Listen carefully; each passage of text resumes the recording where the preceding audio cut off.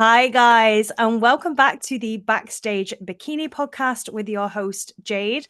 It has been a hot minute since I recorded. We've had a little bit of a break. We had the departure of Grace, but I'm back with a show and a podcast today that I have been dying for like 2 straight years to have this conversation. I think it's such an important one. And as you know, we have harped on so frequently about longevity, not only in the sport, but today in particular, we're going to be talking about female longevity full stop. You taking care of your bodies inside and outside of the bodybuilding space. So I'm really excited to introduce the owners, the founders of Balance and Body Diagnostics. We've got Simone and Angelica with me today. If you haven't heard of Balance and Body, you need to get to know it, and we'll get right into the depths of why. But guys, do you want to introduce yourself? How are you, first of all? We're doing amazing, and we're thrilled to be here with you, Jade, and your whole audience. So thank you so much for hosting us. I'm You're Simone. very welcome. Angelica is the gorgeous Hi. one. Well, depending on how you see us on the screen, right next to me. Yeah, I'm Angelica. Yeah, thank you so much for having us today. We are so excited to have this chat, and it is just such an important chat to have within the bodybuilding world. Yeah, massively. I'm so impressed. I actually came across your page. I don't know whether you followed me or I followed you on Instagram, but I found it and I was like, it was like a light bulb moment for me. I was like, finally, this exists. Oh my God, where's it been? So obviously we're based here in the UK. You guys are in Canada, right? We are.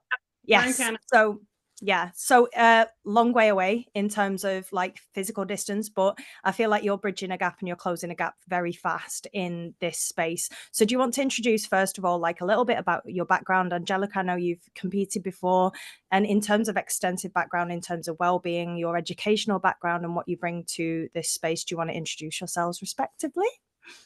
Yeah, absolutely. So I'm Angelica, and so growing up, I struggled with severe anxiety, chronic nausea, and gastritis. I did everything under the sun. Diet changes, medications, supplements, you name it. I found short-term relief with these things, but never long-term support. And it really wasn't until I discovered functional medicine and I ran my own lab tests that my life really started changing. And so through those labs, I was able to discover the root causes of my health challenges. And I was able to really pinpoint exactly what was going on. And then I was able to finally heal. And so I've been bodybuilding for about 6 years now. And so last year, I decided to compete for the first time. Halfway through my prep, my weight completely stopped moving. And so even though I did all my cardio, I hit all my macros, I did everything my coach required of me, my weight stayed the exact same for 10 weeks. And so unfortunately, I had to drop out 2 weeks prior because I just wasn't going to be ready for the competition. So shortly after, I ran blood work as my coach recommended. We were hoping to figure out exactly what was going on so we could figure out how to go from there. When I got my blood work results back, I learned that my estrogen was actually really low, like almost menopausal levels low. And so I Wow. started a supplement protocol to increase my estrogen. And what I found was my symptoms got severely worse. So I decided to go down the route of running a functional lab test, which is a Dutch test. And so this is a hormone test. Through this, I discovered my estrogen was actually extremely high, and everything I was doing in terms of the blood work results made the problem so much worse. So, after completing the functional health protocol to heal my high estrogen, my body is now responding incredible. And so, this experience really showed me the importance of understanding my body at a deeper functional level within bodybuilding. So, my biggest takeaway from this experience is that the two worlds of bodybuilding and functional health need to be combined. So this Yeah. is when I met Simone, and we were both so eager to create this business because we've both had our own health challenges within bodybuilding. And our mission is just to help females who have had their own struggles within prep and bodybuilding. That's insane. Simone, I know that your background, I mean, educationally as well, is so impressive. But in terms of like your bodybuilding space and just your exposure to extreme sports, like what was it that brought Balance and Body together in terms of your drive? Balance and Body Diagnostics. So Angelica and I are going to have to take a few moments to tell you actually how it came to be because it's Please a do. fantastic story. But before we get there, yes, I will introduce myself. So my name is Simone. I am the older of the two of us. This is my coffee cup for today. It says not adulting today. I'm almost 40. Angelica is not. And this is how I make myself feel young when I'm hanging out in a group of youngsters like yourselves. Yeah. With all of those extra years does come a little bit more experience in bodybuilding specifically. So Yeah. I actually am I thought retired IFBB bikini pro. I turned pro at the the natural world qualifier in 2013 here in Canada. And so I've always been a natural athlete, although I did compete both open and natural. And I point that out because we now have the fit model division, which is back. Yes. And I say back because it really is OG bikini. And I'm really excited about it because participating in bikini way back when, in the olden days, allowed me to be really active in the bodybuilding community. When I was on the amateur circuit, I was competing anywhere between 5 to 7 times per year at, Wow. regional, provincial, and national level shows. And it was because of the approach, which was reasonable, Yes. supportive of, just the foundations of good health, that I was able to do that and maintain my health markers, continue feeling great, and actually continue to respond from one show to the next and one very, very short prep season to the next, since I was competing Yeah. so much. All of that actually culminated with me getting pregnant, surprisingly so, at the Oh, end of my first pro year, my yeah. first pro season, which would have been the 2013 season. And so that would have been baby number 4 out of the 5 that I have now. And an interesting thing for us to talk about, I think, because when we're looking at the symptoms of a lot of our athletes today, specifically our female athletes today, they're Mhm. dealing with things like dysregulated cycles and even amenorrhea, so loss of menses. And that absolutely wasn't as common then. And it certainly has never been the case for me. So excited about the division that is coming back, and I will be coming Yes. back along with it. So I am in a very, very slow prep. We'll talk about timing too, of This course. is Um, exciting. yes, coming back in the 2026 season. So Yeah. everything that's been going on, obviously, over the last few weeks with, our now first ever actually awarded Fit Model Pro Card holder. Professional. Just really, Yeah. really exciting. But for Hmm. me, all of this actually started when I was very, very young. And I think for a lot of people in the space, people who come to bodybuilding, a Yeah. lot of us have athletic backgrounds. So we were, Yeah. we were either athletes or we were dancers or whatever we were growing up. And we miss a few things, probably the structure, the rigidity, the competitive aspect, and Yeah. depending on the type of sport that you might have been involved in, the ceremony and the artistry. And I think bodybuilding is like the perfect marriage, just the most beautiful intersection of all of those things. There's all, Yeah. this sort of backdoor argument of, is it a sport or is it an art? And I think both are married beautifully in Yeah. bodybuilding. And that's why for me, coming from a dance and martial arts background, that performative aspect and the ceremonial aspect has always been really, really attractive to me. And then, of course, like Hmm. I said, the rigidity and the structure of bodybuilding. So I was always an athlete growing up, but unfortunately, I was also really unwell growing up. And when I was Mm. 8, 9 years old, I can't remember right now, I was diagnosed with hypoglycemia. So dysregulated blood sugars for sure. Mhm. And it greatly affected not just my performance, but my ability to be active in all the different, trainings that I was taking, because when you're at a Yeah. competitive level, generally they're quite long. Mhm. And so I learned very, very early on, long before it was trendy, all about macros. So combining my carbohydrates with a protein, with a fat. So I was that girl who always had pockets of, when you go out to like a diner and you get those little peanut butter packets, those single Yes. peeled peanut butter packets. So I always had one of those in my pocket, and then those little saltine crackers that come in plastic wrap, always like just perpetually crumbling Emergency in my stores. pocket. Yeah, so those are my emergency stores, because Yeah. whenever and I learned early on how to recognize blood sugar dips, I would pull out my crumbled saltine crackers and my highly processed, because that's all we had at the time, Kraft peanut butter singles. So, over the years, a lot of focus went into my nutrition, because I was Nutrition. taught from Mhm. such a young age the relationship between good nutrition, also being mindful of what your body is telling you, and predictable outcomes. Down the line, even with, great nutrition, all of those foundations in place, and quite a bit of education, unfortunately, I also ran into a lot of infertility issues, which actually only today, through what I learned in functional medicine, do I truly understand why they were happening and what the relationship was. All of these other symptoms I had over the years that were kind of like red flags going, hey, something to look out for before we have to scream louder. And that was my infertility. So yeah, just many, many years of athleticism, education, which in as much as it is absolutely functional health, my other great passion as far as academia is concerned is the mental health aspect of just dieting in general. So not so much the diet, which we tend to focus on almost exclusively in this space and just in the healthcare space in general, but actually the dieter, right? So I always like to say it's not just about what you're eating, but what's actually eating you. So eating psychology coupled with functional health to me has really actually been the most all-encompassing, the most, I'll say, human approach to helping my clients, helping my family, and helping myself, because it speaks to the whole person. And that is something that I know is so incredibly important to Angelica and to myself and to the better coaches in this space, as I'm sure to, your community as well.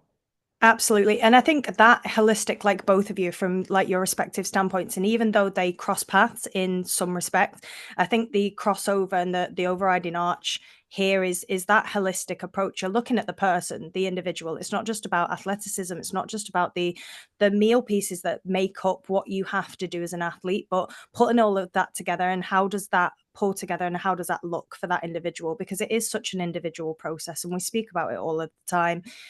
Each individual body is different, in each athlete experience is different, and that's what we're going to hone in on specifics today. But I think that as an overarching sort of goal, and you can really see that that comes through in Balance and Body Diagnostics and what you've created, because again, like I said earlier, it's just not something that I've seen in terms of the alternative testing, and we'll go into all of that. But talk me through how it came about, because I've been on your website and I've had a look at like the fact that you went to a specific spot and it was closed and it didn't stop you. Like how did this come together? Because I know you actually flew, right? You flew from one side of Canada to somebody else's hometown to try and pull this together. Like how did this even fall into your lap? So let's reintroduce us. I'm crazy one, and that over there is crazy number Me two. too. Angelica and I have a pretty similar academic background. We actually studied at some of the same schools and under similar mentorship. And so, like in the space, we all kind of follow each other. And I had been following Angelica for a bit. I saw on her page, obviously, that she had this like tremendous love for bodybuilding and that she'd been prepping for a show, which I thought was incredibly exciting because, those are our people. And I was on Instagram at the most serendipitous time when she posted on her stories that she was flying into Toronto. I live just outside of Toronto. She's in Alberta, and I don't know what came over me, but I messaged her. I reached out. I cold called that girl. I reached out. Hey girl, hey. We, have a similar background and we're both into lifting and you're coming into my city, want to meet? And then crazy number two said, yeah, sure. Okay.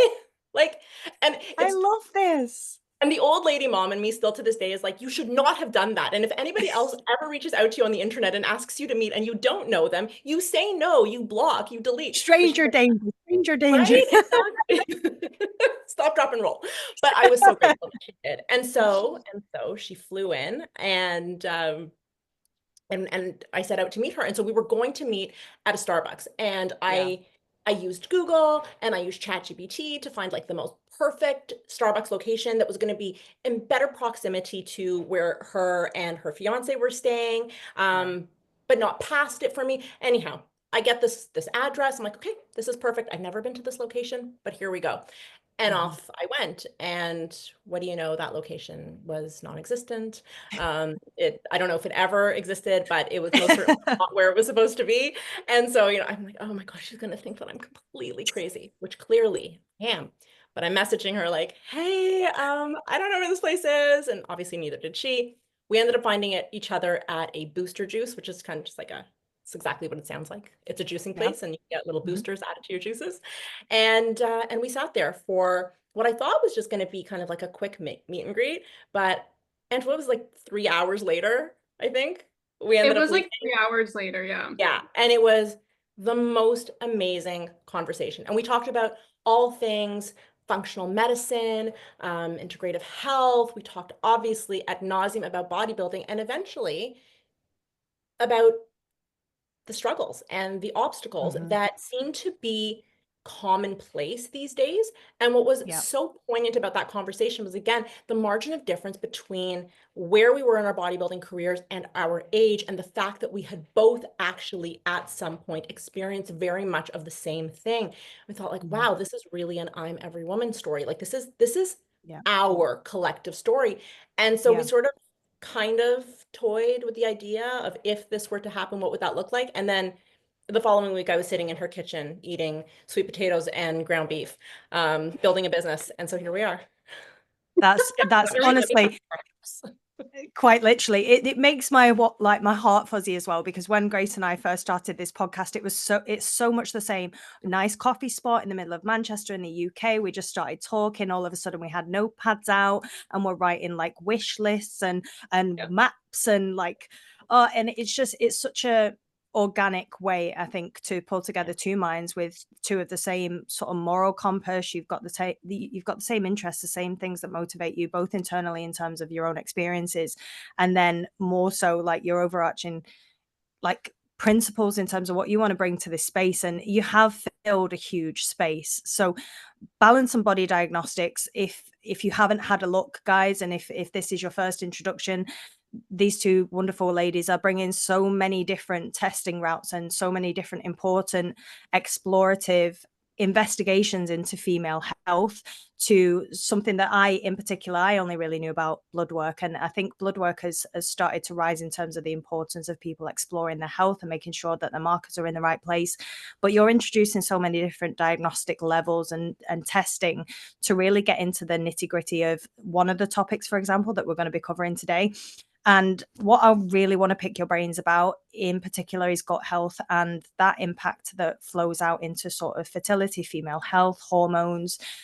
There's such a, when I started sort of investigating and studying, there was so much correlation and so much of a direct impact in terms of direct accesses and things that flow into other things. And I didn't for 1 minute think that it would ever start in my gut. So if you are a listener, you're new, you haven't even thought that gut health could be even remotely correlated to hormone production and your health overall, either in a prep or an off-season setting, where do we start with that? I So, think that yeah. I was just going to say, I think where we start is realizing that the gut is honestly the foundation of everything. And so the gut is honestly, it's often referred to as the second brain because it has so many deep connections with every other system in the body. And so one thing that I know myself and Simone very well disagree with in conventional medicine is that everything, including the gut, works in isolation. And Mhm. so we strongly believe that the gut is connected and nothing entirely works in isolation. And so my favorite analogy for this is like, it's like having four flat tires and only addressing one. If you only fix one tire, the others are still going to affect the car's performance. Similarly, the gut is connected to many other symptoms in the body, such as the thyroid, which controls your metabolism. The immune system, 80% of your immune system is found in the gut. Neurotransmitters, so things like GABA, dopamine, serotonin, these are all produced in your gut. Histamine regulation, and so much more. And so we find many athletes struggle with all these issues, but they don't often realize that the root cause could actually be an underlying gut health issue. Mhm. And I think And if I that's go ahead, Simone, go. Sorry, I was going to say, if I could take it even a step further beyond the gut, because before we actually get to the gut, we have to go through the mucosal barrier. So our mucosal barrier is really where the rubber hits the road. That is where our internal existence meets the outside world. And so we Mhm. have those mucosal membranes and tissues pretty much everywhere within all of our organs. So you think like your respiratory system, your digestive system, of course, but also eyes, ears, nose, and even some of our reproductive organs as well. And what the mucosal barrier has the responsibility of doing is really taking in from its environment what is worthwhile of being there, and also blocking whatever shouldn't be entering general population of the body from coming in. And we experience a lot of symptom at the level of the gut that is reflective of the general integrity of our mucosal barrier. And that is actually what keeps certain pathogens out of, like I said, general circulation, so out of the bloodstream. But those symptoms can also exist upstream and downstream of the gut. So when we're talking about gut health, we're not exclusively speaking about things like bloating, gas, constipation, diarrhea. We're also talking about things like our mental health. And that's why, Angelica was bringing up things like serotonin or dopamine, our neurotransmitter production. We're also talking about our hormone status, because a lot of those are converted, excreted, processed through the gut as well. And we're talking about our bone health. We're talking about our heart health. We're talking about so many different things that are sort of showing face across our entire system, head to toe. But really what it actually begins with, before we even get to the gut, is that mucosal barrier that is sheltering us from the outside world. So that takes us back to that, germ theory, terrain theory, right? Is it the pathogens that are making us sick, or is it a sick body that is allowing the pathogens to actually proliferate and make us sick? So the gut, yes, along with its extension, I would say actually the gut is the extension of our mucosal barrier. And so when we think about it that way, I think, everybody should be, I don't want to be an alarmist, but we've got to start thinking about the entire system systemically. So not just stars, but the entire constellation, right? We want to look at that bigger picture. Yeah. And if anything, it's like an entry pathway. It's almost like a pathway through the body, isn't it? Essentially, it's a road. And if you're just addressing one area of the road, then that you're going to miss so much. There could have been a stumble. There could have been, I don't know, a roadblock or a pothole that you've hit like 8 miles away that you haven't correlated. How easy is it to, I mean, I know the answer to this question because you've presented like examples of it already, and I know I've experienced it as well.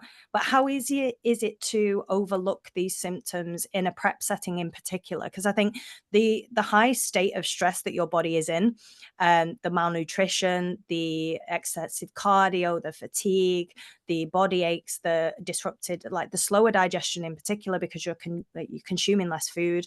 How easy is it to overlook some of these symptoms that might arise specifically in a prep setting?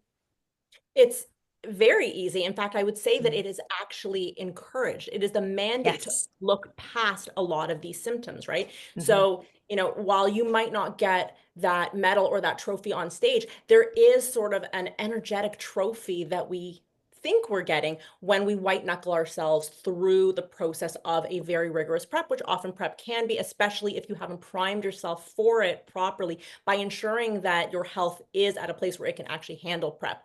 So I would say it's extremely easy to overlook it, because it's really, you get the feedback of, well, how bad do you want it? And, you've got to, what do they say about the suck? You've got to like embrace the suck. Embrace the suck. Yeah. Right. And that is extremely disembodying. So our body speaks through symptom, right? So we might think that something like, chronic headaches are the issue, right? Whereas the reality is chronic headaches are a symptom of the underlying issue.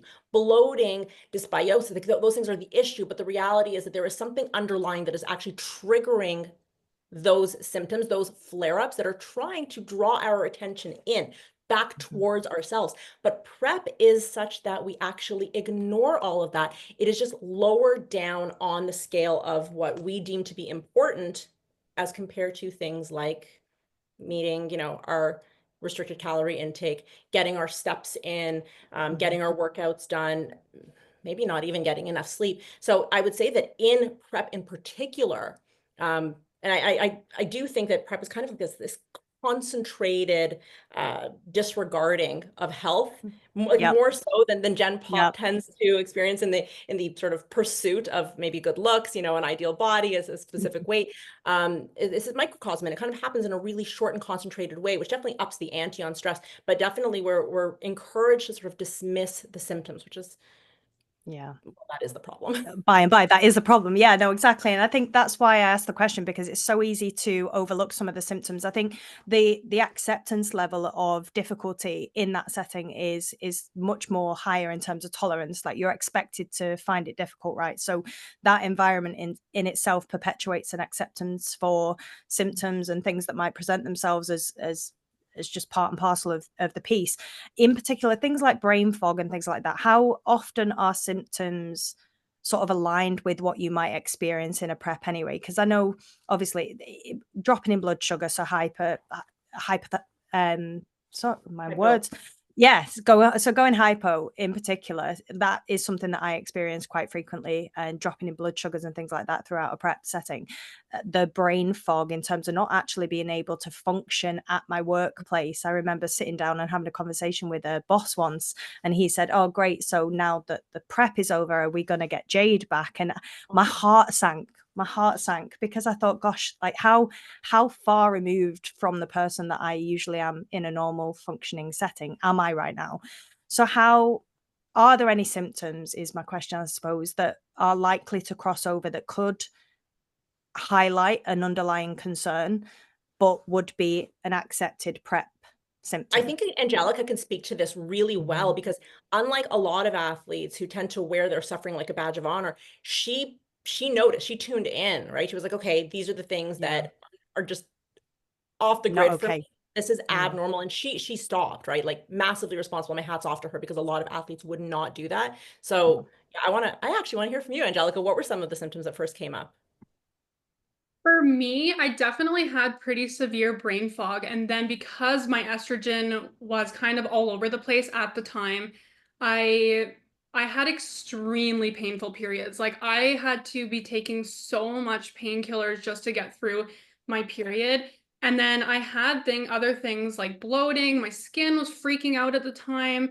I had such bad water retention. Like, I honestly just had overall such bad GI and hormonal symptoms at the time. And it also does come back to, like, I think these symptoms in prep, they are overlooked, but I do think they're also written off as being normal, which we know that they're not. Just because they're common, they're not normal. And it's Yeah. like Simone said, like, these symptoms are your body's way of asking for help. So yeah, it is just such a misconception that these symptoms are just a part of prep. Yeah. And I think it's important to note as well, because there's some things that you've highlighted there, Angelica, that, like, I suffer with in a normal body, right? So my normal at the moment are, like, I can suffer with severe acne, I can suffer with, like, quite distended and difficult periods as well. So I'm definitely going to be checking in with you guys really soon, because this is highlighting a lot of things for me. But you're normal without any diagnostic treatment and any explorative sort of avenues in terms of finding out whether there is a root cause. Would it be quite easy for an athlete to think, right, well, this happens in off season, so it's happening now, so there's not an underlying problem? Would you still encourage an athlete, or even a person, exploring the health options and exploring some diagnostic treatment if these types of symptoms are consistent throughout their off season as well? I would say especially so. Yeah. We Yeah. like to encourage our athletes, and I do want to just caveat all this by saying that we don't actually have like a prep team. Mhm.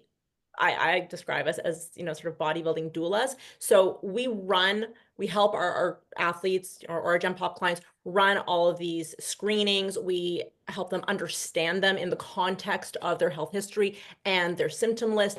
And we recommend protocols that are all encompassing. So, your diet, how you're resting and recovering, your movements, all of your exercise, forms of exercise, intensity of exercise, definitely stress management, and where it is Mhm. necessary, supplementation, because supplements are exactly that, a supplement to all of the other stuff. And we work closely with coaches, should you be willing to invite them into the conversation, so that they can actually better design your prep season and your improvement season with all of this in mind, like really taking it up a notch when we talk about biospecificity. So just to Mhm. say that we're not prepping anybody, but we will absolutely support you through all of the seasons of your competition career. As far as, an athlete who is experiencing these things in their off season, or even in advance of ever beginning their first prep, we like to really bookend our testing. So we would Mhm. encourage people to think of think of testing as your primer, as your makeup primer, right? As your base. When you apply makeup without the primer, unfortunately, it just, everything starts kind of migrating and it doesn't last as long, not even at the end of the day, but by midday, things are kind of, like leaking, and it just doesn't look as good as you would have liked. But you take the exact same makeup application, same makeup, same tools, and you apply a really good primer beneath it. And now you can actually predictably have a stunning face for the entirety of the day and evening. And so when you run your testing in advance of prep, whether that be your recovery season or just for your before your first time ever actually getting into a prep, you're able to take a look at where your needs are. Like, where are the deficits within your health that actually need some support to get back to homeostasis, to get back to balance, so that you are set up, and that's why I say primer, so that you are primed to get the absolute most out of your prep. That being said, we also like to run our screenings at the end of prep as you're going into your recovery season, because your recovery season is more than just, going into the gym, eating some more calories and lifting a little bit heavier. Like, is your body even in a place where it can contend with that? So especially if somebody is coming to us, going into recovery season saying, well, this is kind of like my norm. Like I've always been sort of gassy. Like I've always had issues digesting certain foods, or, my memory has always been kind of foggy, or my periods have always kind of been dysregulated. Like, absolutely, screening would be recommended because we want to know why. Like, are we not exhausted taking shots in the dark? Are we not exhausted watching influencers, like even coming onto our page, quite frankly, and going like, oh, they really like that supplement. Well, so I'm going to give it a try too. Because the fact is that you don't actually know what you're applying the supplement or the strategy to, which is wasteful of money and, quite frankly, potentially dangerous. Like, I think Angelica's like biggest beef in life are people who blindly take probiotics. True or not true? Right? So I have a confession, right? I listened to that podcast. I was that person. And I remember listening to was it that thinking, oh my person. God, literally. And I think you are so influenced, aren't you? I think when you identify a problem, or you think you sort of muddle through, you'll do a quick search on Google, a quick search on Instagram, maybe you'll come across somebody who is advocating for a certain supplement, and you'll take it because that fixes the problem, right? On the label, that is what your problem is. You've identified it personally. This is the symptom. And we'll talk about this because, like, the backtracking, we've already spoken about, like the road itself.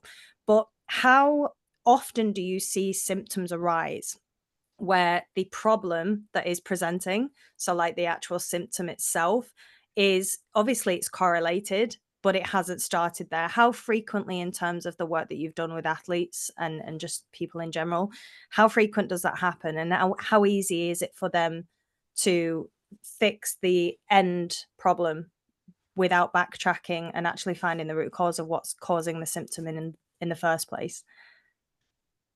I find that it's very, very common for what to be happening is the athletes will kind of be blindly taking the prebiotics, the green powders, all the things, and almost always it makes the problem worse. So I find it's a very, very frequent thing.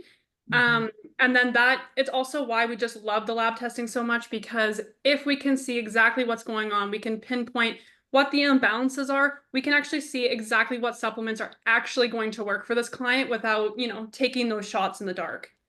Yeah. And I think it's scary. Go on, Simone. Go ahead. I was going to say, it's important to understand, like, that sometimes it can be, quite frankly, impossible to know exactly where the root cause of dysfunction is. That is the God honest truth. If we could summarize it, we would say that it is a stressed state. So cortisol, which, oftentimes gets a really bad rap, has a massive responsibility, a very important responsibility in the body, which is to respond to stress, right? It is our saving grace. It is what gets us out of trouble, and it is what allows us to navigate all of the ups and downs of life. But it is intended to respond in a very specific and acute way, right? So there's a stressful situation, whether there in fact is. So maybe we've been exposed to, a pathogen, to, a food that we don't do well with. Maybe it's an injury, or maybe, maybe it's just something that we perceive to be stressful, like an individual that we really don't want to have any interaction with because we anticipate it being problematic. So our cortisol level is supposed to rise in response to that situation and then head back down to baseline. And things like life in general, but on top of that, prep. So dieting, eating from a very limited number of foods, and so therefore like dysregulating our vitamin and our mineral status, just dysregulated sleep patterns, intensely training, all these sorts of things, and even just the mental anguish of like constantly, comparing ourselves as we often do in prep. All of that can cause our cortisol not just to be dysregulated, but to remain perpetually elevated. There is only so much that your cortisol reserve can do before it needs to actually start borrowing. I would say, money from the other systems in the body. And if you can think of it that way, as each system sort of having its own reserve. So, consistently over the course of the day and night, we're making deposits into those systems, into our reproductive system, into our immunological health, into our gastrointestinal system. And so when our adrenal system or our stress response system becomes depleted, it has to borrow assets from others, which is why oftentimes we might see that, okay, well, I'm having gastrointestinal symptoms, but that is actually a result, not necessarily of what's going on in the gut, but the fact that the gut has been called to give up some of its reserve to hand over to cortisol, to hand over to our adrenal capacity so that we can respond to stress, which is the single most important thing that the body has to do. It has to survive, right? It is truly a life or death situation. So, as far as symptom goes, like, yes, the gut, yes, our reproductive system, yes, our hormones, yes, our thyroid, but why? What is calling those symptoms to give up reserve in a generally healthy and health-minded individual, which a lot of athletes are. And this is what we consistently hear from people. It's like, I'm doing all the things, right? I'm eating right, I'm training right, I'm trying to sleep, I'm eating whole foods, and yet systems are starting to give up. And this is where we have to start expanding our understanding of what stress actually is. It is not just, the perceived stress of like, I don't feel like talking to that person, or I've got bills to pay. It's all of it. For me personally, when I first ran my functional labs, what was the most surprising to me was not the hormonal stuff. I anticipated seeing that there. I had a gut infection. I anticipated seeing that there, but it was actually 8-OHDG, which is a marker indicative of oxidative stress, essentially the health of your DNA, the health of your cells. And mine got hit heavy. And I was doing all the things. So I had to go as far as to start cleaning up the products that I was using topically, internally, all of my beauty products. I had to start, really starting to think about how much I was exposing myself to EMFs. What was the electromagnetic field looking like in my bedroom when I was going to sleep? Like, those things actually matter. It was so interesting to me that supporting myself in that way was really cleaning up my act when it came to things that I was intentionally allowing myself to be exposed to. That, I think, was what actually made the biggest difference. It was enough to just take the edge off of needing my cortisol to respond the way that it was, that we were actually able to start paying back, repatriating some of that reserve back to my other systems so that they too could heal. That's crazy as well, in terms of how extensive that sort of mapping process became for you as well, in terms of how far you reached in terms of what products you were putting, what things you were exposed to just in your environment more than anything. And I think it's quite easy again to overlook that in a prep setting or even in the bodybuilding setting, because there's so much of an acute focus on your diet, your training, your cardio, your sleep, if that's a priority. Well, it should be a priority, but a lot of people overlook it as well.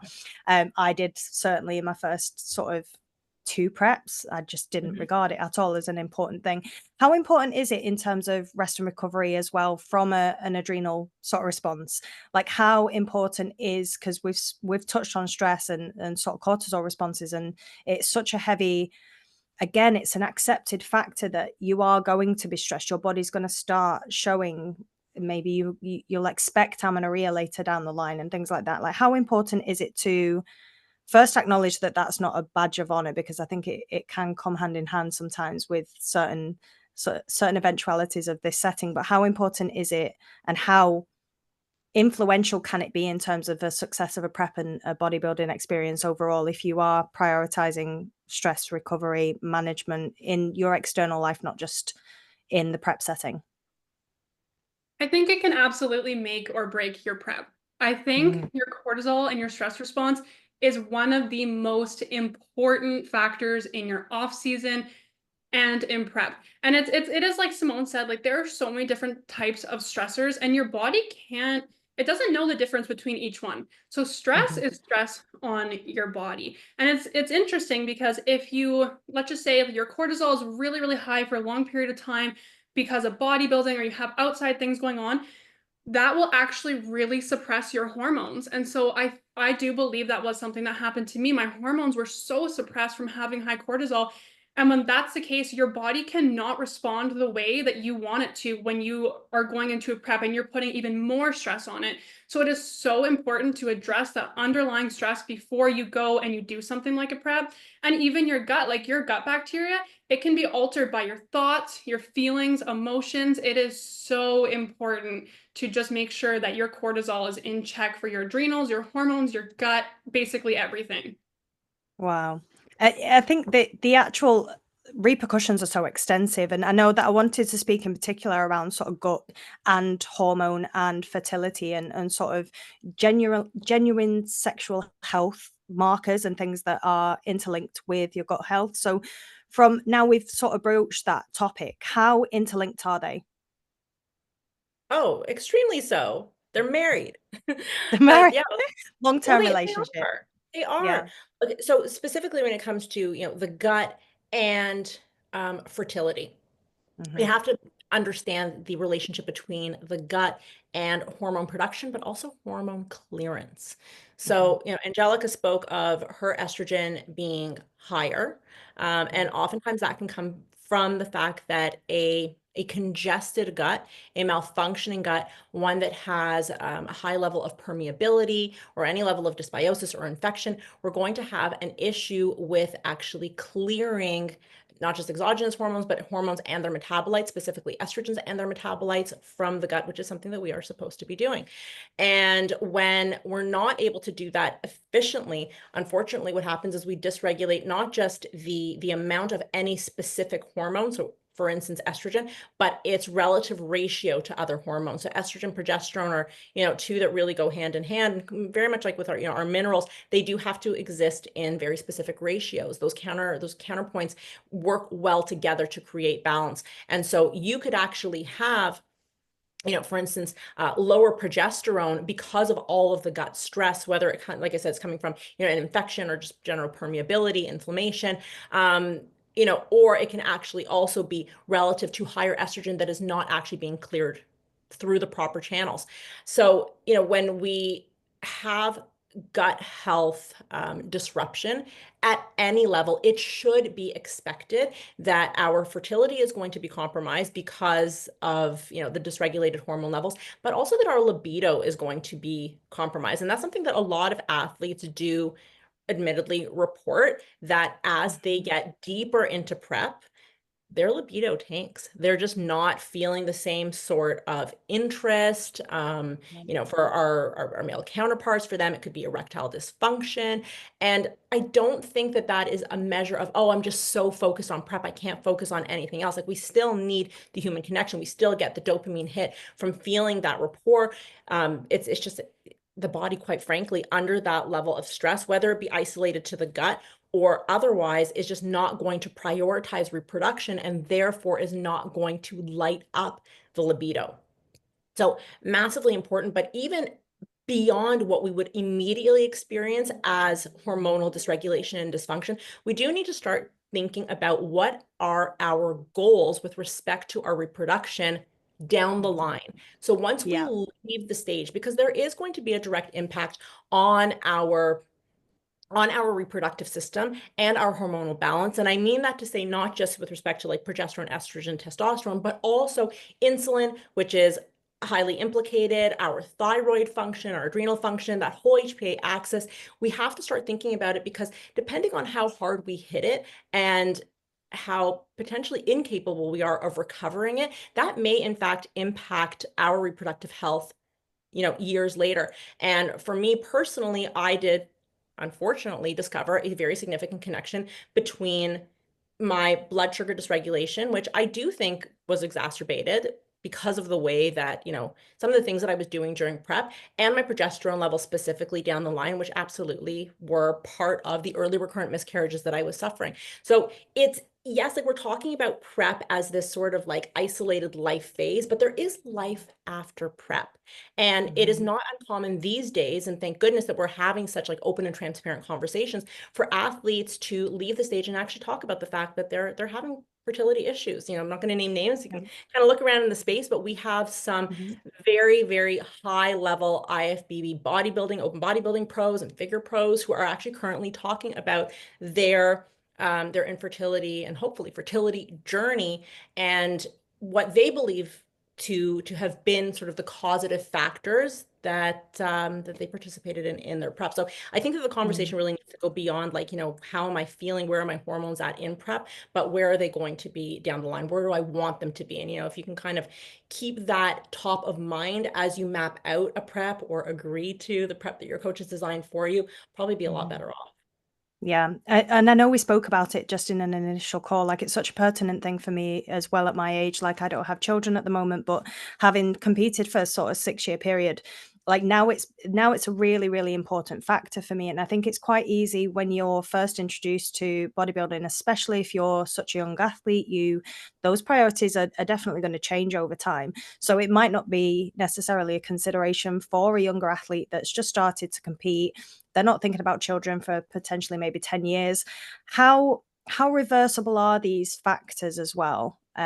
Because I'm interested to know, obviously, they might be underlying for a number of years. And I know multiple friends and multiple close friends that have been athletes for a prolonged period of time are experiencing the likes of PCOS, endometriosis, Hashimoto's, which is obviously a separate matter, but those things are highlighted after the fact, which I think is why this conversation is so important now, to make people aware of the types of things that they need to be investigating now and sort of being aware of now, to make sure that when they come to the end of their journey, it's not a problem then that they are then having to reverse. So first question is it reversible in most cases? And if they get to the end of the journey and it becomes apparent, then how important is it to act on it sort of immediately as opposed to sort of kind of muddling through? Sure. Well, I would say that it is, if we didn't know that those are reversible state, like statuses to be in, then we Yeah. wouldn't be able to do this work. We have an Yeah. inherent belief, and it's only because we've seen the data that the body does have the ability, it has its own innate ability to heal itself. Absolutely. But it needs to be supported to do so. And you need to know how to do that, which is why we like running these functional lab screenings, because it tells us exactly where to apply pressure and where to pull it back. The body does have the ability to heal itself. PCOS can absolutely be resolved. Hashimoto's can absolutely be resolved. What is actually extremely interesting is actually how many athletes report being diagnosed with something like PCOS post-contest.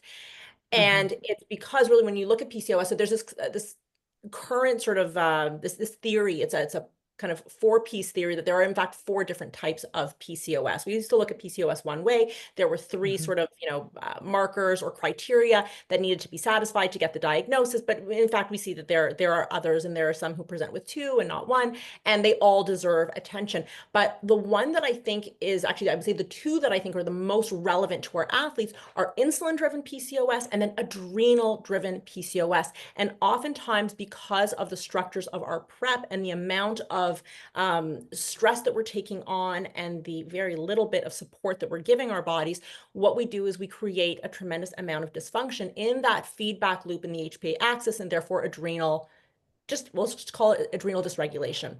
Yeah. And same to be said for, our insulin levels. Blood sugar definitely gets impacted in how we actually respond to it in the body through the rigors of our prep. And both of those can actually be triggers to PCOS or PCOS-like symptoms. So to say that a lot of what we are doing in prep is causative or related to these eventual labels that we get in conventional medicine, but also that while it might not necessarily be easy. And we can have a discussion on like what is easy, what is hard, but they are resolvable. And so the same way that we kind of undid the function, we can rebuild function.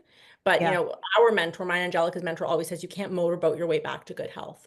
So while yes, you can, you know, diet hard and train hard over 12 to 16 weeks to get yourself to this, you know, like Adonis-like body on stage, it's not going to take 12 to 16 weeks to get back to recover your actual fertility, your libido, your digestive health, to be able to, you know, walk away from labels like PCOS or Hashimoto's. Like these things are going to take time. So something to definitely keep in mind when you're sort of weighing the pros and cons of how hard you want to go in prep.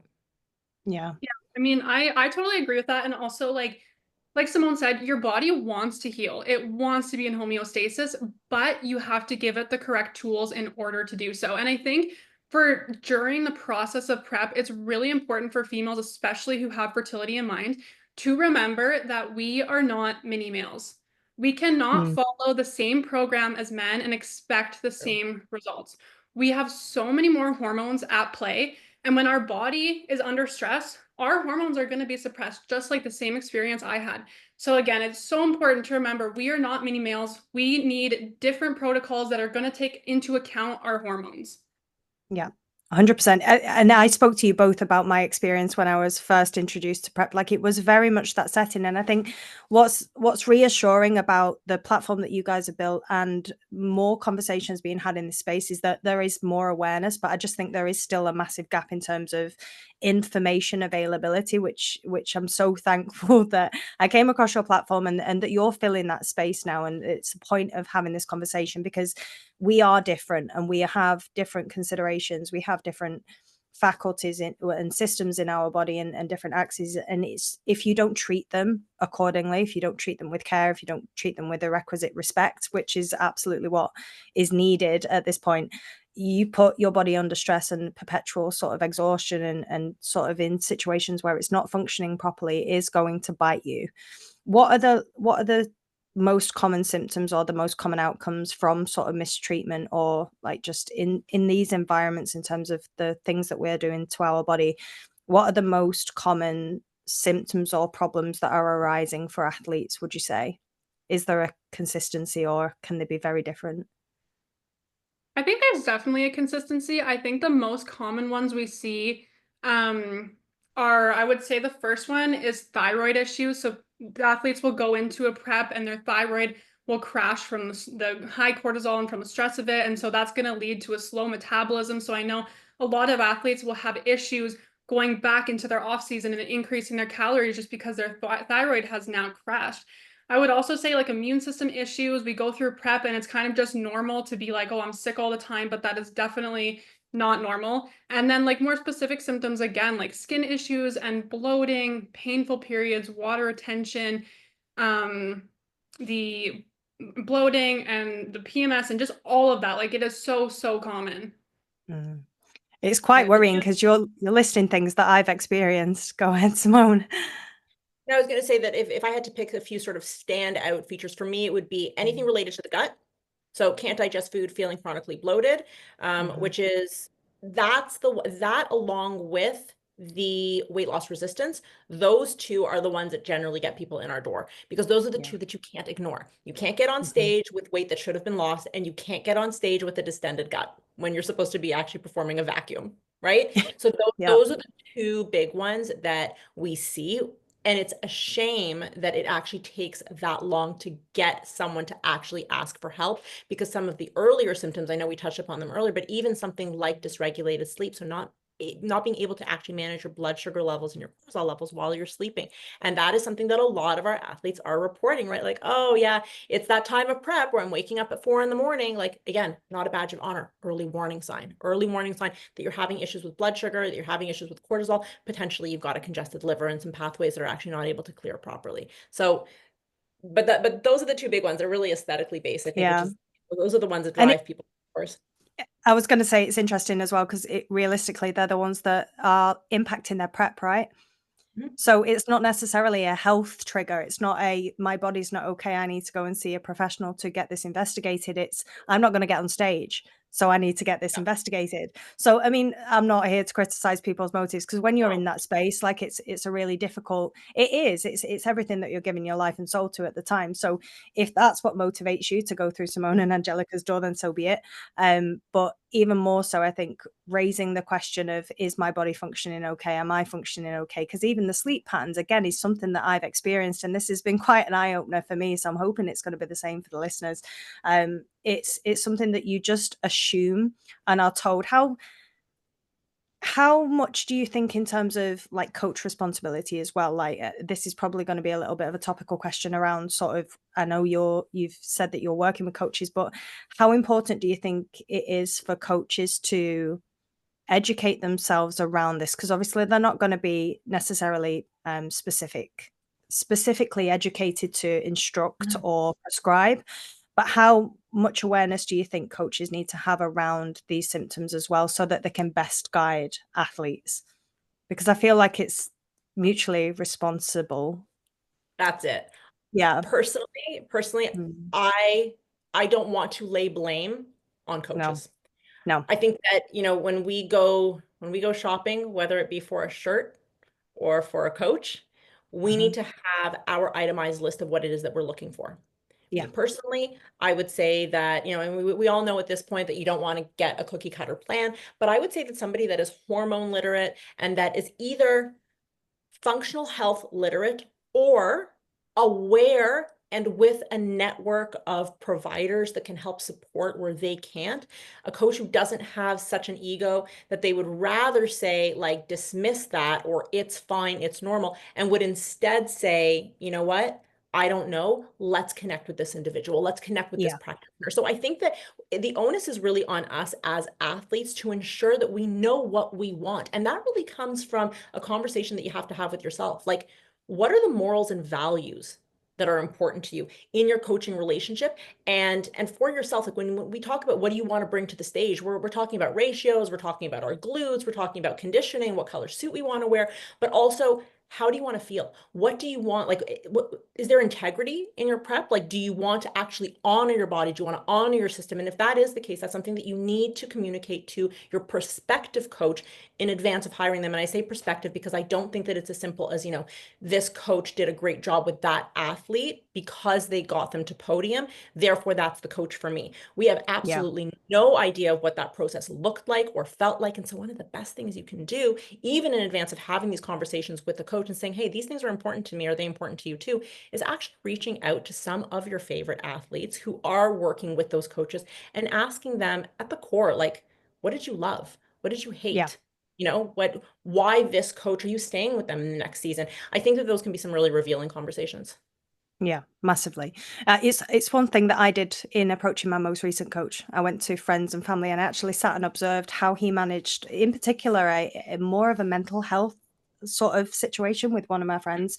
So the impact of an appearance on stage and how he quickly scooped up that athlete and was just there. And I just think it's such a pertinent thing to consider, because as like you've highlighted, as important to you maybe that podium results and medals and pro cards and things like that might be, if that athlete is being chewed and spat back out, then it's really not a beneficial process and you're not going to enjoy it either. You've highlighted sort of, or we've come across now, like sort of athlete responsibility. In terms of responsibility and available testing, I want to talk through what types of tests and sort of products you're providing to athletes now, because as I've spoken about before, blood testing is quite a high sort of, it's quite a popular outlet, but you're offering so many more investigatory sort of offerings and sort of labs and things like that. So talk me through what's available and what people can be looking forward to coming to you and asking for support with. Yeah, so we have a few labs that we absolutely love and we recommend for almost everybody. But the first one being the GI map. And so this is an entire comprehensive analysis of your gut. So it shows you all the bacteria levels, if you have parasites, if you have worms, if you have fungi, yeast, and then also a super good analysis of how you're breaking down protein, where your immune system is sitting at, how well you're detoxing hormones in your gut, and so much more. And then we have our stress and hormones panel, which tests our cortisol levels. It gives you 4 readings of our cortisol. So it tests morning, noon, afternoon, and evening. And so we really like seeing that rather than just a snapshot of your blood work, because let's say if you have a really stressful experience and then you go and you get a blood test right after, your cortisol is going to be high, but that is not a true reflection of what your cortisol is actually doing. So we love having those 4 readings of cortisol. And then it tests all of our sex hormones, so our estrogen, progesterone, testosterone, DHEA, and then some clues into our immune system and gut health as well. Our third favorite one is the hair mineral tissue analysis, and this is our HTMA test. It tests all of your minerals and heavy metals. And so the one thing we find with prep, just because of the stress, your minerals can get quite depleted, and this can actually contribute to a host of symptoms before and after and during prep and everything like that. And then we have a permeability lab as well. And so the permeability lab, it actually shows us, kind of back to what Simone was talking about at the beginning there, we have a mucosal barrier within our gut and our small intestine. And so what we want it to look like is we want it to be very tight junctions so nothing can leak through. However, sometimes due to stress or pathogens or toxins or things like that, it can actually create holes in this mucosal barrier and things can leak into our bloodstream at causing a constant histamine reaction. And so that is a really good test to test our permeability in our gut, overall gut health, and our histamine. Am I missing anything, Simone? No, well, those are definitely our favorites. Now, not to say that we don't actually like running functional blood work. We absolutely do, but we don't like to run it in isolation. It's not something that is going to give us as much information as we need on the entire system. It's important to understand that every system, as Angelica stated at the beginning, are all interconnected, and one definitely informs the other. And so blood work can be great. There are a lot of really important markers to look for in blood work. I would say, especially if you are an enhanced athlete. But the problem with blood work is exactly that it is a snapshot, it is a moment in time. And oftentimes, things that do not yet appear on blood work will appear at a subclinical level in the other screenings that we like to look at. We are not in the business of diagnosing and treating what I would call catastrophe conditions. We are in the business of looking for opportunities for healing so that we can actually avoid those catastrophe diagnoses and, insurance billings. And that's something to understand about not just how we look at blood work, but actually how we look at all of our screenings. Now, for the most part, conventional medicine doesn't actually run the screenings that we do. And that's fine. That's what you've got us for. But even for those that they do run, so blood work, we actually look at them in very, very different ways. The way that conventional medicine looks at any screening is through a much wider lens when it comes to the ranges. And the reason for that is those ranges, those data sets are actually established as a reflective of the general population. And the general population isn't well. What they are looking for are significant outliers, because that is where a diagnosis can be made and that is where insurance can be billed. What we are looking through is a much narrower scope, a much narrower lens that is reflective of a generally health conscious population, healthy people. And so anything that would be an outlier relative to our ranges would not necessarily indicate a disease state, but somebody who was on their way to. So we're trying to catch people before they actually get to a place of chronic lack of health so that we can actually entirely avoid them getting to that point. And so, yes, blood work, but absolutely all of the other tests that Angelica talked about. And there are more that are available in our, our catalog, and we choose them specifically for each individual athlete based on their needs. So we can look at things like mold and mycotoxins. If you've had a potential mold exposure, that could actually be showing up all over the body. It's not just, it's not just a histamine reaction where you're going to get rashes and itchiness and eczema, but it could be a mental health issue. It could be a fertility issue. It could be a gut issue. We have neurotransmitter testing that is available to us. Lots of different things. And actually, speaking of tests, Angelica and I, on behalf of Balance and Body, are going to be giving away one hair tissue mineral analysis screening to one of your listeners and viewers. So somewhere in the show notes, this will be on Jade to put it in, there's going to be a link to a hidden page on our website. So this really is just for this audience.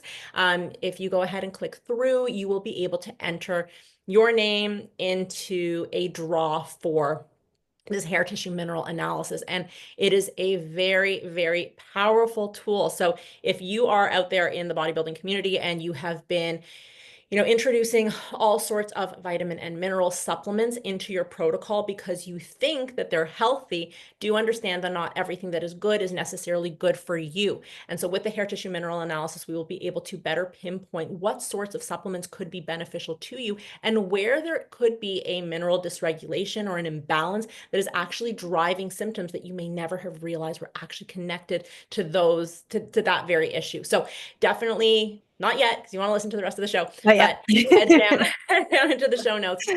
Click on that link. It's a really, really simple form to fill out. And we will, I don't know how we're going to notify people. We'll definitely notify you by email. But Yeah. maybe we'll do a live together on Instagram or something and let the winner know. Announce the list. Yeah, no, I would love that. Like, guys, this offering as well, I can't stress how important it is to sort of snatch it. Like, please listen to the rest of the show, but by all means, like, it has to be a first point of call after that. Second is following the ladies and Balance and Body Diagnostics. Is it's just so reassuring. I've actually got goosebumps. It's funny.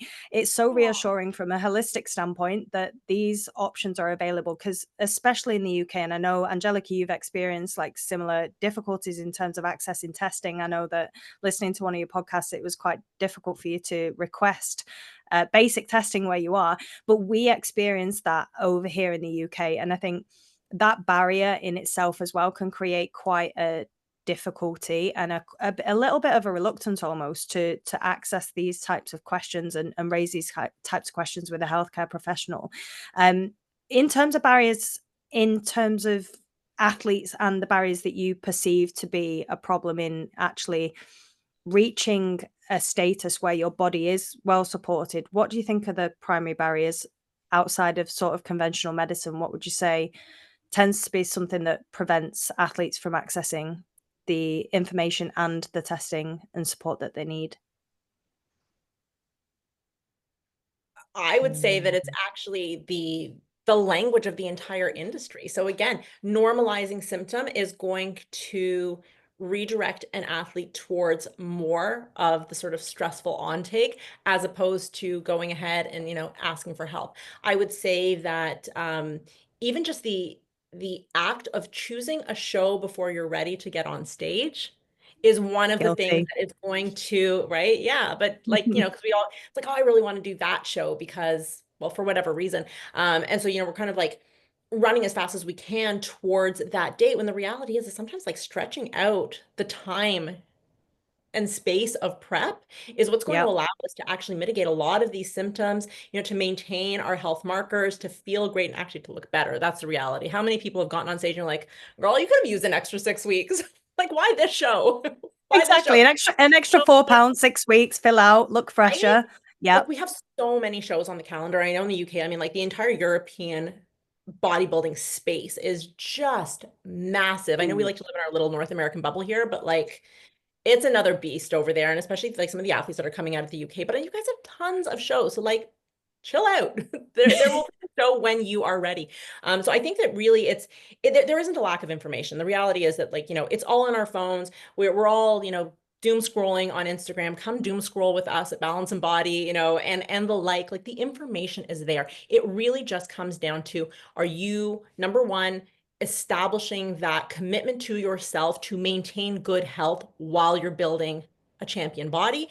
And are you actually being encouraged? Are you setting up for yourself an environment that encourages you to ask those questions and encourages you to put your health first, right? I think that, Laura Lee Chapato's talked quite a bit about this. Actually, she was actually on a UK-based podcast. It's like a bodybuilding kind of BTS TV.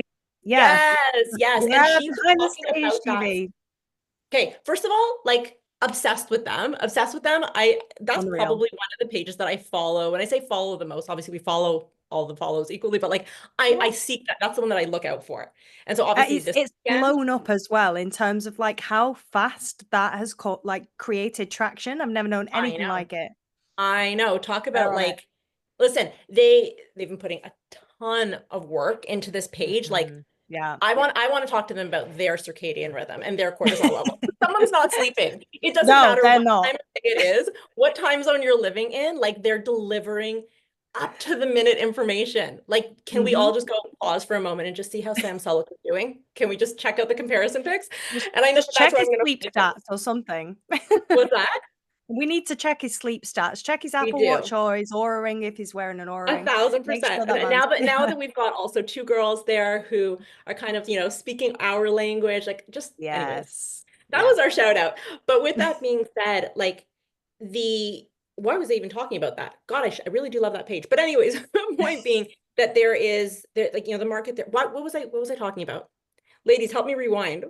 How did I get to that? I've got so overwhelmed by BTS now. I know. I think we were Oh, talking Laura about Lee. Laura I Lee, was talking right? about Yes, Laura Lee. Yeah. So Laura Lee Yeah. she was on the pod just a short while ago. I was listening while I was working out, and she was talking about one of the sort of standout features of this last year's prep to the Olympia, which obviously she won. She said really was curating a champion environment and ensuring that the people that she allowed to plug into hers were aligned with her and with what she wanted to get out of this prep, with how she wanted to actually get herself to the stage. And that's the whole thing is we have the opportunity nobody's born into bodybuilding, right? Like we create this environment for ourselves where we're training, who we're communicating with, the type of content that we're going to be engaging with, hopefully this content. But you want to make sure that it is absolutely aligned with who you want to be as a bodybuilder. How do you want to speak of your own journey? I think that's so crucial. It's something that we see a lot of, we hear a lot of in the older demographic of bodybuilding. So again, like I'm almost 46 years old. I guess that would be considered at this point masters. And for us, a lot of us who have children, that is so top of mind. It's like, if my kids ask me about my prep, could I speak transparently about it? Could I be honest with them and feel okay with what I was actually, sharing with them? And possibly encouraging them to also do, like, what am I validating for them? And so I understand, obviously, when it's just kind of like when you're a lone soldier in this sport, you might not think about the impact of your brand, the impact of who you are as an athlete and what your process looks like. But I think that if you establish that and then only bring people and providers into your network who are going to uphold that, even in the times where you might actually be willing to maybe negotiate it, you'll be well on your way to having a really healthy career. Yeah. I remember talking to Laura Lee actually around it was the last Olympia, so not the one that she won the year before. And I remember her talking about how aligned she felt in her prep, how content she was, how comfortable she was with the way that it was unfolding. She was really happy. She was really present for the most part. A lot of her family that hadn't necessarily got to previous shows were all in the same place at the same time, and she was so calm. And she just couldn't believe that it hadn't come to her in that year because of all those things aligning. But if you think about the actual progression of that mindset and the progression of that priority in her prep, so that has spilled into the next year. So she's taken something that she's already working with, her environment, the people that are feeding off of her and she's feeding off of. That didn't, no doubt, it didn't stop leading into the next year. And that win did come, albeit not when she potentially expected it to come, but it did come in the end. And I think if you take that holistic view to your prep, and it's easy to not do right initially, like when you get in, you think that the motivating and the moving factors are just the principles of what you have to do day to day, the ticking boxes and things like that. But I think if you can learn from an early standpoint to broaden that sort of scope and that sort of peripheral view outward to all of the other things that are playing into your human body and your human experience and your experience in prep, again, is that going to feed into like your experience and or success in prep from a functional standpoint, bodily wise, as well as like as a person and your mindset? Do you think that that's going to have a direct impact? I believe so, 100%. Yeah. It's something that I overlooked for a long time, and I think it was it's almost sad looking back sometimes how much I neglected parts of myself and parts of who I was, and how that impacted my preps and my experiences as well. And we talk quite frequently on sort of a mental health standpoint as well. And Simone, I know that you really advocate for sort of mental health experiences. How frequently do you see sort of underlying concerns in terms of diagnostics directly impacting somebody's mental health and experience, just in sort of experience in life, but also in bodybuilding? How correlated are those two things? Extremely correlated. I would say that the dysfunction from the neck down absolutely impacts from the neck up. So at the level of inflammation, neurotransmitter production, and circulation.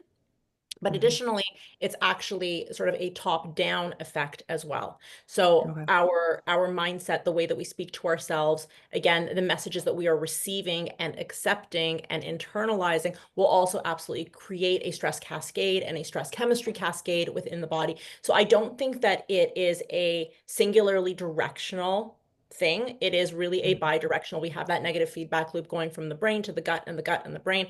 It is a very well established relationship in science, and we see it and we hear it in the conversations with our clients constantly. Even when it comes to the pace at which we're eating, and I know we like just in general, healthcare, we've come to a place where we talk a lot about mindful eating. And it continues to be important for our bodybuilders as well. Being able to sit down and actually create time and space around our consumption of food, which we reduce to just, macros and calories, but there is a beauty to food. It's multi-layered, it's multifaceted, and we've really kind of shunned being an emotional eater. And I think that there is a certain element of emotionality when it comes to food that is healthy. And what I mean by that is truly connecting. So like I said, creating time and space, allowing our consumption of food to look and feel beautiful, plating our food, taking it out of plastic, and not just because of the endocrine disruptors that can be leached into our food, but because, again, there is that cephalic phase of digestion, meaning like of the mind. And some say that it can actually impact the quality of our digestion, so the breakdown of our food, our metabolism, and our nutrient assimilation by up to 40%, meaning that how you plate your food, how you perceive it, actually heating your food instead of always eating it cold out of like a Ziploc baggie, all of those things can actually elevate the quality of your digestion, because what those things do when you actually eat with your heart, when you eat with your eyes, when you eat with, all of your senses, what happens is you put yourself into a relaxed state. And when you put yourself into a relaxed parasympathetic state, you're able to properly process your food and get out of it everything that you want to. When we're eating in a dysregulated, in a distracted way, oftentimes we get to the bottom of the bowl and we're like, oh my God, I didn't even realize that I Who finished ate my food. food? I'm so hungry. Who ate my food? Yeah. Right. But that satiety, a lot of it comes from how we actually, how we sit down at the table, really, right? Like, can you actually bring your whole self, your whole person to the table? Even that mindset is going to, unfortunately, ameliorate or drive symptom in the body. So a lot of what we do in bodybuilding, even at the level of something as simple of like, how much time are you setting aside to eat? Are you sitting in your car and eating, like I said, out of Tupperware, or chugging a shake after a workout? Or are you just, even if it is at the gym, sitting down, at the table and heating your food and eating it properly? Like, that is really going to make the difference. So the mind does affect the body, and the body does affect the mind. It doesn't always have to come down to something like, depression or ADHD or anxiety. It really can just actually be like, how do you feel? Right? We don't always need a diagnosis. And I think that that is part of the problem with conventional medicine, is that, in the absence of a diagnosis, we're told that everything looks fine and normal, when in fact, we know that we aren't fine and normal. We just have to be honest about that and advocate for ourselves. And that's the difficulty sometimes, isn't it? It's that first honest conversation with yourself where you're aware almost that something's not quite right, but then you've got to sit down with yourself and say, right, okay, am I prepared to address it now? Am I prepared to sit down and have this difficult conversation? Admit that I've probably ignored and overlooked certain symptoms and certain sort of problems. And am I ready to sit down and ask for help for those things? Because sometimes that in itself is the biggest barrier as well. It can be very difficult. It can be hard because you know, stepping away from prep can feel like a failure if you tell yourself that it is, right? It can be hard because the reality is that we don't know how much work it's going to take. We don't know how much time it's going to take to get ourselves back to a place of robust health. And so that unknown can feel really scary. But in the same way that approaching your first prep can feel less scary because you have a whole community around you that is like, walked in those steps before you and can guide you, there are practitioners in this space who are extremely well versed in both bodybuilding and in functional integrative medicine, and can take some of the scary, off your plate and help you through that process. I also do want to note though that, getting back to good health doesn't necessarily mean no longer participating in bodybuilding. It just might mean that, your contest season, maybe you'll be, a little bit further down the line than you would have liked. But that's a concern that I think a lot of people have. They almost don't want to ask the question because they're afraid that the answer is going to be, you have to stop training, you have to stop dieting. And again, what we're looking at are all of the different buckets that make up the conglomerate that is you, right? So we're looking at your hormones, and we're looking at your immune system and your digestion and your detoxification, and your energy production, and your nervous system. And we're like, okay, well, where can we kind of take the edge off? A little bit here, a little bit there, right? To make room for something like the intense training, or something like, cycles of dieting and reversing. It's really just about a reallocation of budget. That's what it is. We're not trying to take anybody away from bodybuilding. We just want to make sure that you're not looking at bodybuilding as though it is somehow outside of you. We want to make sure that it integrates really, really well into your life, and that you're actually using other elements of your life to make room for it so that you can be really successful within it. Yeah, 100%. I think I've come to learn that myself, because I've had 2 preps over the last 2 years, one of which was taken away from me. So like it wasn't my choice at all. It was like, this isn't working. And much like yourself, Angelica, like I just hit a barrier in terms of weight, and it wasn't moving anywhere. And the minute we removed the stress of the prep, so the external sort of commitment to doing the prep, body was responding perfectly well. Like it was absolutely fine. At which point I went back to my coach and was like, right, okay, so can we go again? He's like, no. The environment's not changed. It's just that we've removed the stress, so we're not doing it. Secondly, it was me that removed myself. And in both instances, the internal feedback and the environments were completely different settings and different decision making at the time. But this one feels so much more organic and so much healthier because I've taken ownership of that decision, because it's what's best for my body and my environment. So I think there's a lot to be said for having that self-awareness as well in this space. So if you can truly prioritize your body, truly prioritize your health, your environments, and what you're prepared to commit to it to best support your body to do this, it absolutely can be an eventuality at any stage in your life. The stage is never going anywhere. How this is not meant to be prescribed blanket sort of advice, but if you were to give nuggets in terms of how best to support your body and yourself in this environment, what would they be? I think the biggest thing is kind of looping back to when we did talk about stress. Like, I think stress management is huge when it comes to prep and off season. I think the other thing that me and Simone really advocate for is doing the functional lab testing, because when you do the labs, you can see exactly what you need, what your imbalances are, what your deficiencies are. And then once you have that answer, you can actually really start to truly heal from there. The other thing I do kind of agree with is I think that when it comes to bodybuilding, almost less is more. The more supplements you throw at it, the more stress you do, the more cardio, sometimes your body actually reacts poorly to that. And so I just find less is more in a lot of instances when it comes to bodybuilding. Yeah. I have a lazy body as well. Like you sit on its backside for 4 days and it'll do whatever you like. But if you push it too hard, I think I'm in particular quite sensitive to cortisol and stress. But no, it's interesting. Just to round up with both of you, because I'm conscious that we've been speaking for a while now. I hope you guys are on cardio and it's really lengthy and you're recovering really well, because this is going to keep you occupied. But any red flags? So anything in particular that you would consider to be, again, not to generalize too much because everybody's like quite individual. But is there anything that you would categorically say if this is happening to you, if you're experiencing these things, or whether it's be symptoms or just things that are arising from a health standpoint, you need to address them? What would they be? I would say changes. Mm-hmm. Changes. So if your libido was robust at the onset of prep and it is dwindling, that's a red flag.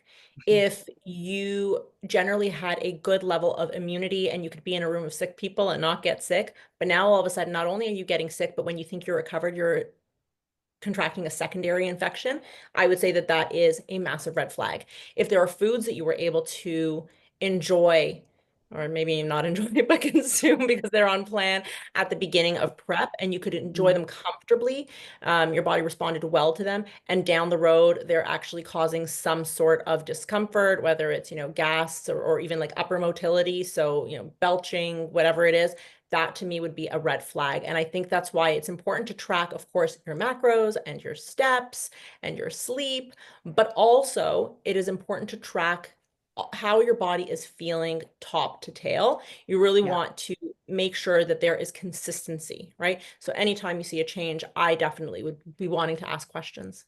Mm-hmm. And what types of things would you recommend people tracking? Because it's interesting. I used to have a tracker with an old coach, and I tracked my digestive movements. I tracked my energy levels before training, on waking, at night. So what types of things would you encourage athletes to be mindful of in terms of just being aware of changes and anything that might like sort of fluctuate?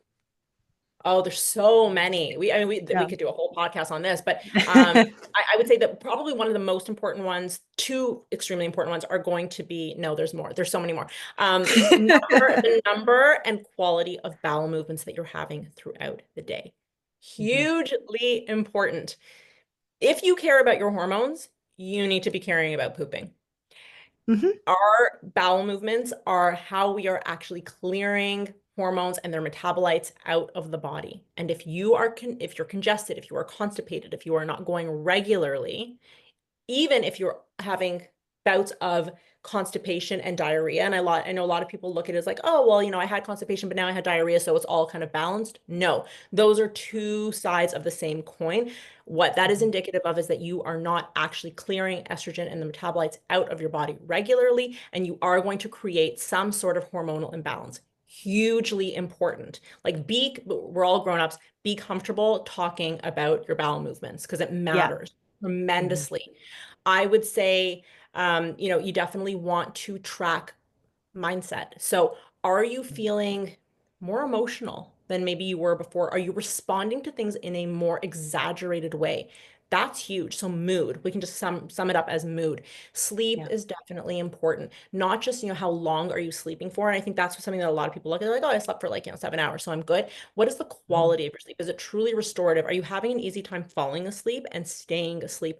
But also, what does the pattern of your sort of tiredness and energy look like throughout the day? Massively indicative of what your cortisol pattern is looking like. Angelica was talking about our stress and hormone panel. Some people also know about the Dutch test. They're very similar. And what we look at, so she explained to you guys, that we're looking at morning, afternoon, or morning, noon, afternoon, and evening cortisol levels. We're looking really for two things. It's your total cortisol output, but specifically that pattern. There is a cortisol curve that is very rigid.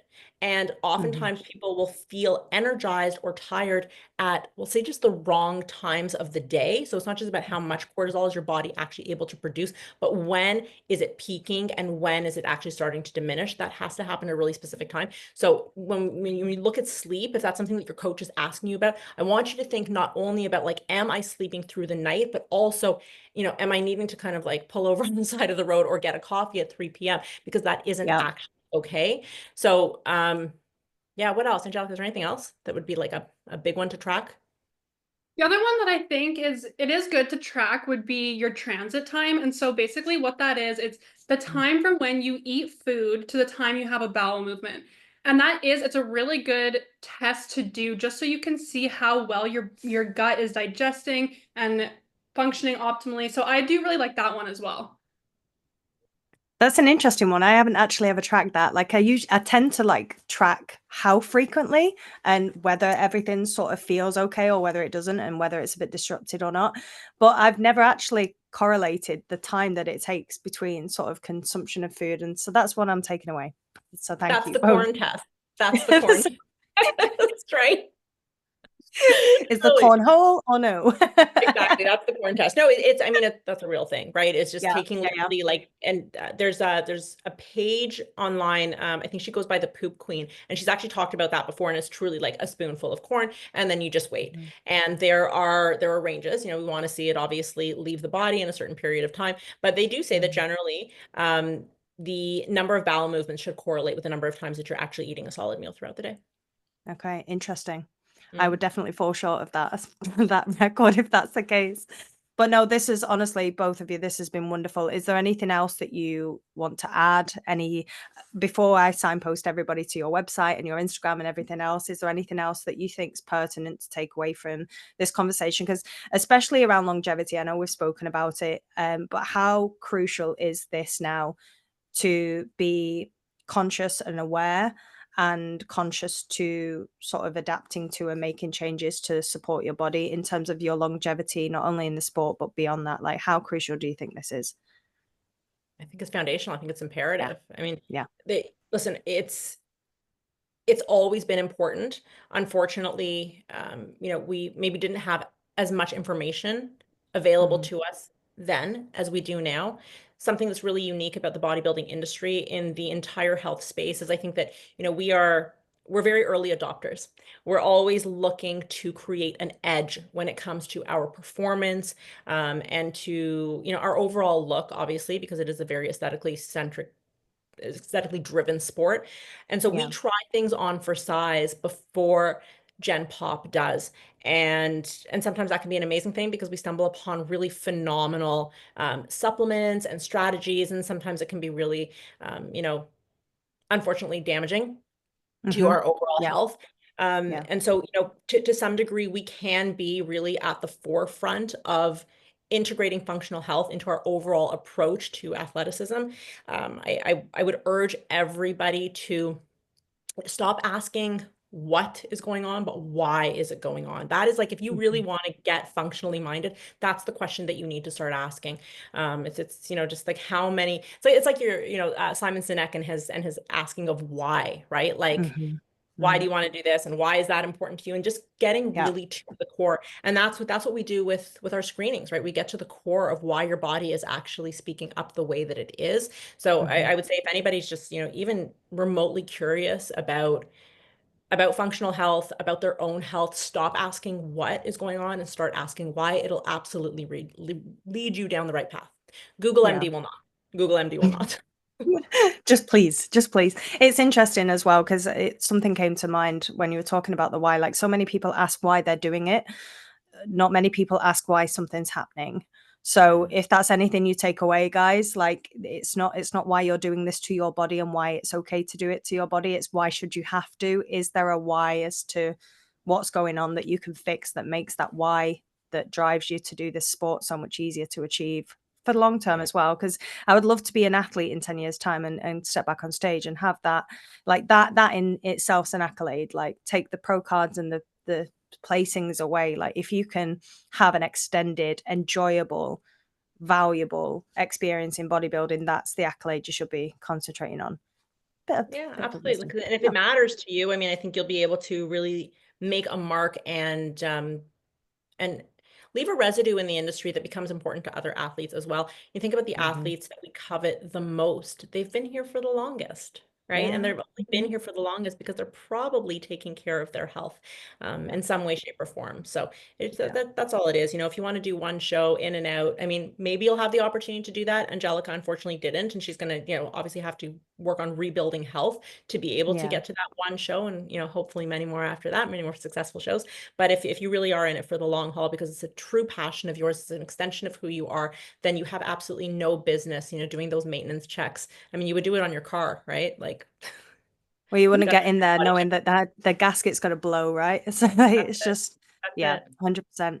So signposting, guys, where can our listeners find you? I'm going to be posting all of the links and everything that's exciting in the show notes anyway, but plug away. Where can we find you?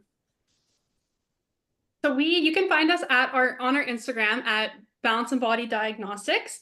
And then we also recently started doing our own podcast as well. And that is also under Balance and Body Diagnostics podcast. It's on YouTube, guys. Go and watch the YouTube.